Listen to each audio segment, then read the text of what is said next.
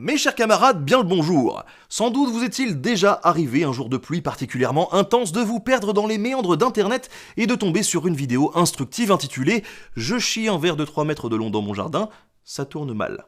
Et si c'est le cas, eh bien, nul doute que vous avez rendu votre petit-déj sur votre clavier. Et si c'est pas le cas, eh bien, attention, certaines images ou évocations de cet épisode peuvent provoquer des régurgitations. En effet, aujourd'hui, on va parler de l'histoire de quelques parasites, tels que le ver solitaire, et sur les chercheurs qui ont bossé sur ce problème épineux. J'ai mal au bide, moi, je sais pas ce que j'ai.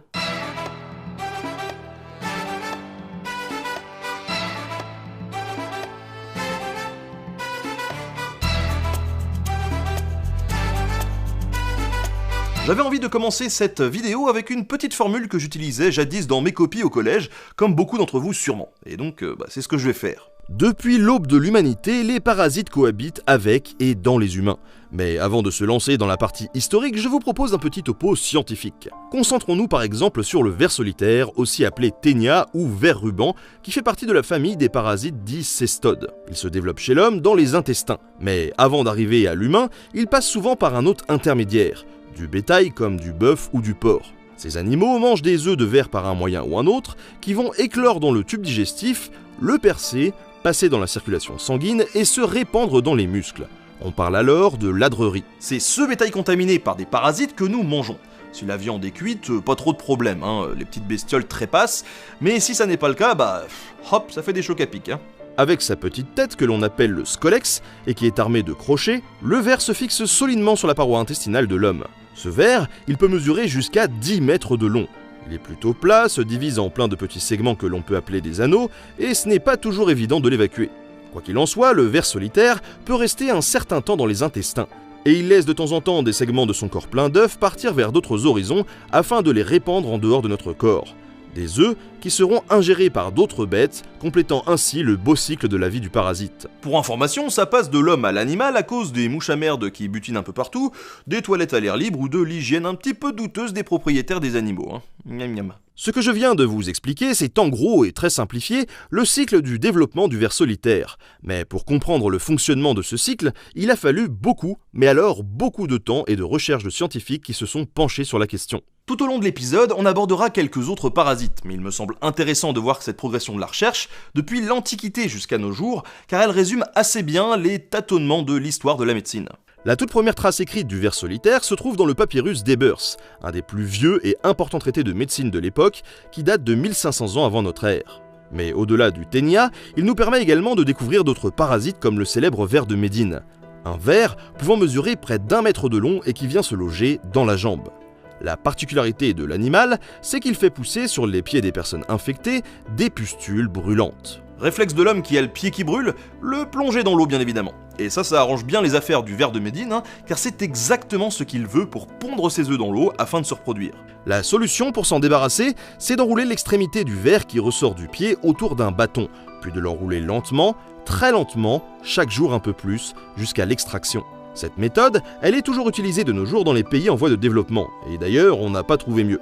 Et devinez quoi? Ça aurait très bien pu inspirer le mythe grec d'Asclépios et de son bâton, le fameux bâton de la médecine que tout le monde connaît. En parlant des Grecs d'ailleurs, Aristote au IVe siècle avant notre ère a bien constaté des sortes de lésions sur le corps des porcs infectés par les larves de ténia, mais il n'avait alors aucune idée de la nature de ces lésions.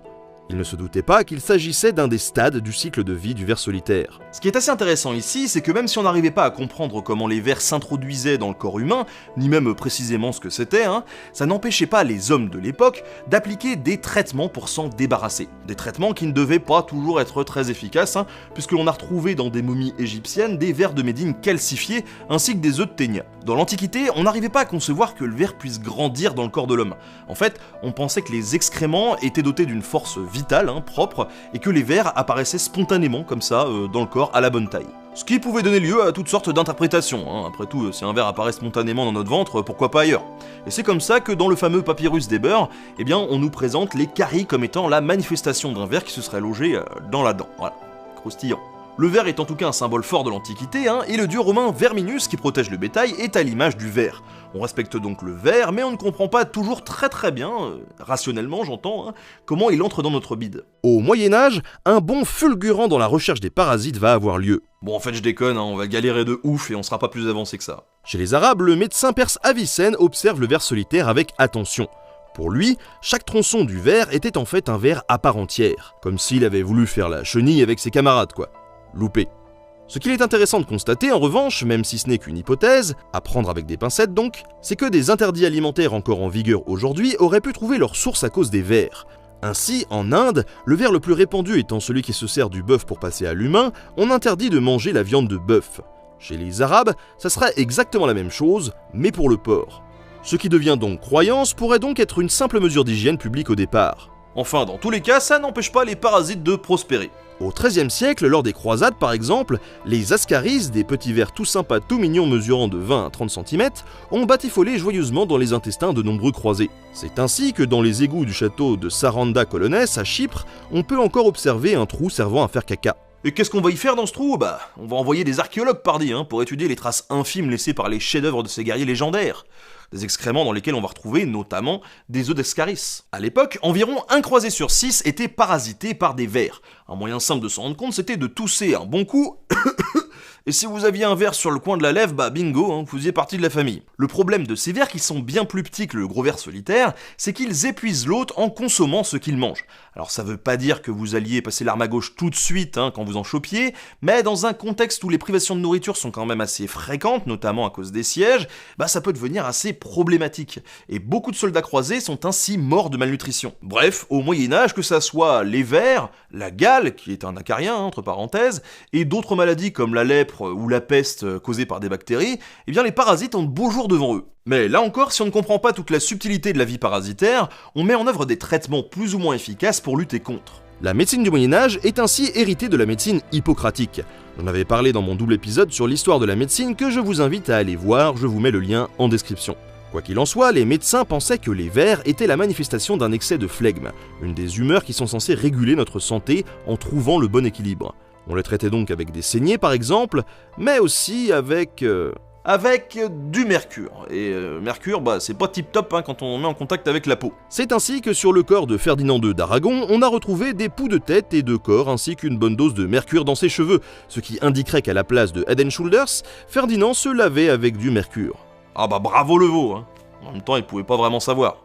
D'ailleurs, au XIXe siècle, les peaux servant à faire des chapeaux sont traitées au nitrate de mercure, et le fait d'être particulièrement exposé comme le sont les chapeliers provoque des hallucinations et un dérèglement des fonctions cérébrales. D'où le mythe du chapelier fou dans Alice au Pays des Merveilles? J'en sais rien, mais le parallèle est assez tentant. Il faut attendre le XVIe et le XVIIe siècle pour que l'étude des parasites, et donc du ver solitaire, voit de réels progrès.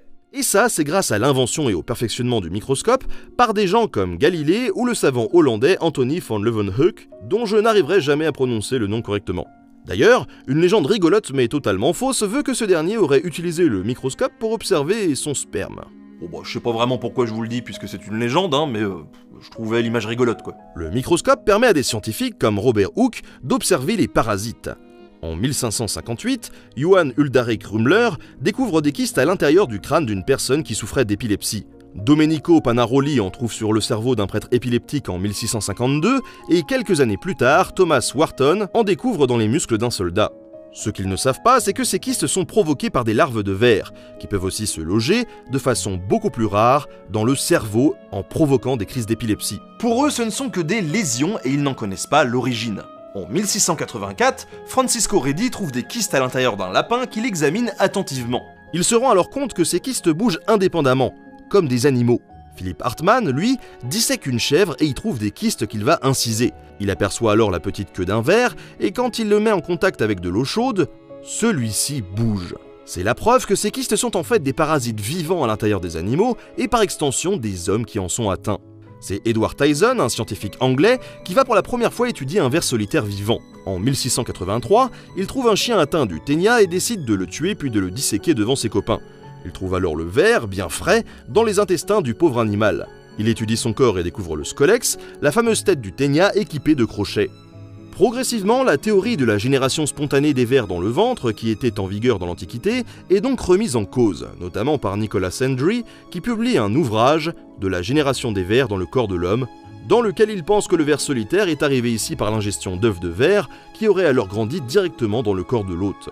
Il faut attendre 1782 pour qu'un pasteur allemand, Johannes Goeze, prouve que les ténias portent eux-mêmes des œufs quand ils sont dans notre corps. Et ça, eh bien, il a bien du mal à l'expliquer. D'où est-ce qu'ils viennent ces œufs, comment ils se reproduisent entre eux, ces vers.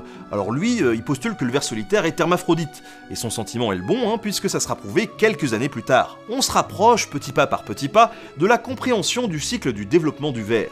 Au XVIIIe siècle, le naturaliste Carl von Linné recense 4 espèces de vers que l'on trouve dans nos intestins.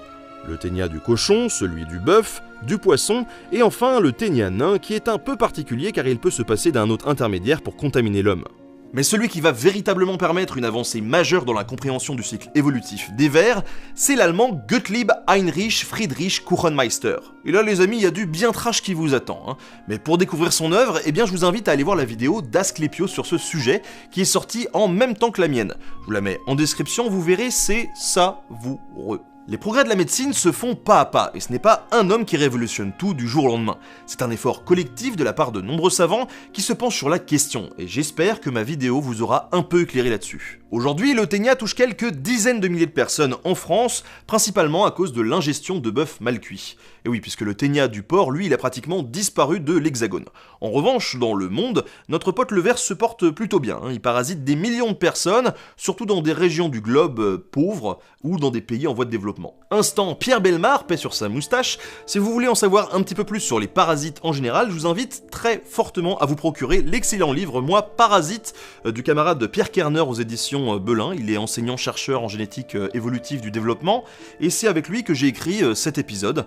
Donc allez-y, les yeux fermés, c'est aussi dégueulasse qu'instructif et vous prendrez beaucoup de plaisir, je pense, à parcourir ces pages pour découvrir ces petites bêtes. Merci à tous d'avoir suivi cet épisode, je compte sur vos likes, vos partages, abonnez-vous à la chaîne, commentez pour me faire vos retours sur la vidéo, on se retrouve très bientôt pour un nouveau Nota Bene. Salut.